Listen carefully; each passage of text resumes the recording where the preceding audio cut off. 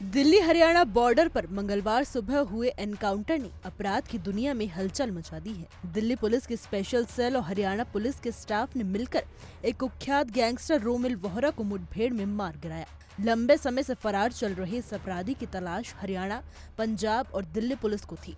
रोमिल काला राणा और नोनी राणा गैंग का सक्रिय सदस्य था और उस पर कई संगीन मामले दर्ज थे, जिनमें यमुनानगर की तिहरे हत्याकांड से लेकर कुरुक्षेत्र में शराब ठेकेदार शांतनु की हत्या और दिल्ली में आर्म्स एक्ट के तहत दर्ज कई गंभीर केस शामिल हैं। पुलिस के लिए सिरदर्द बन चुका रोमिल बेहद शातिर था। वो पुलिस से बचने के लिए लगातार अपना ठिकाना बदलता रहता था। सफर के दौरान वो कभी रोडवेज बस तो कभी ट्रेन का इस्तेमाल करता था।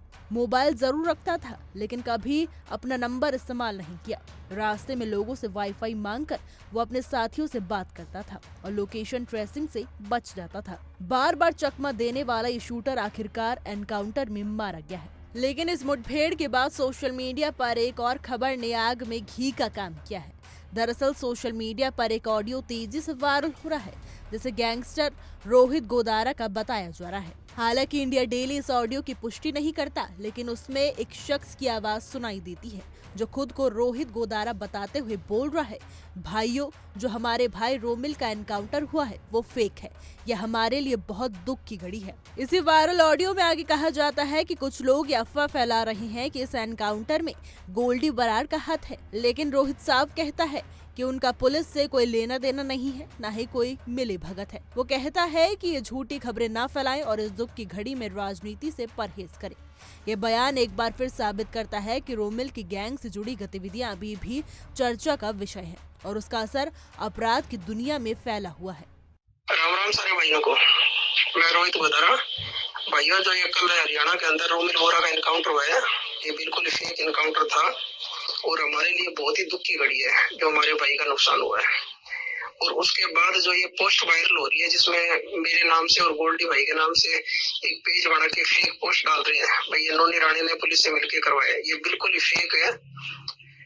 और जो लोग इनको डाल रहे हैं फेक पोस्ट बना के, उनसे यही है, भाई दुख की घड़ी में तुम अगर साथ नहीं दे सकते तो कम से कम ये घटिया राजनीति चाणक्य नीति मत करो। और हमें पता भी है कौन कर रहा है, बस उनको यही कहना चाहते हैं, थोड़ा शर्म करो, इस समय ये हरकतें मत करो। और काला राणा भाई, ये सारे भाई है हमारे, और जितने भी न्यूज चैनल वाले हैं, उनसे मेरा ये की निवेदन है, भाई आप कोई भी पोस्ट चलाने से पहले वेरीफाई कर लिया करो, भाई ये सही है या गलत है। इस एनकाउंटर के तुरंत बाद प्रशासन ने भी तेजी से कार्रवाई शुरू कर दी है। रोमिल वोहरा का यमुनानगर स्थित मकान, जिसे अवैध बताया गया है, अब गिराए जाने की तैयारी में है। नगर निगम की ओर से पहले भी कई बार नोटिस भेजे गए थे। 16 जून को एक पर्सनल हियरिंग का नोटिस चस्पा किया गया था, जिसमें लिखा था कि मकान का उपयोग तुरंत बंद कर दिया जाए और 23 जून तक नगर निगम में पक्ष रखा जाए। लेकिन तय समय सीमा के बाद भी कोई जवाब नहीं मिला, तो एनकाउंटर वाले दिन तीसरा और अंतिम नोटिस घर के बाहर चिपका दिया गया। उसमें साफ लिखा गया था कि अब इस मकान को गिराना तय है और कोई अन्य विकल्प नहीं बचा है। इस पूरे घटनाक्रम से ये साफ होता है कि अब सरकार और प्रशासन अपराधियों के खिलाफ दोहरी कार्रवाई और रणनीति पर काम कर रही है। सिर्फ एनकाउंटर या गिरफ्तारी ही नहीं, अब उनकी अवैध संपत्तियों को भी निशाना बनाया जा रहा है। रोमिल वोहरा की मौत के बाद उसका खौफ खत्म हो चुका है और प्रशासन उसकी छोड़ी गई अवैध विरासत को भी पूरी तरह मिटा देना चाहता है। हमारी आज की रिपोर्ट में बस इतना ही। कैसा लगा आपको हमारा ये वीडियो, कमेंट करके जरूर बताइएगा।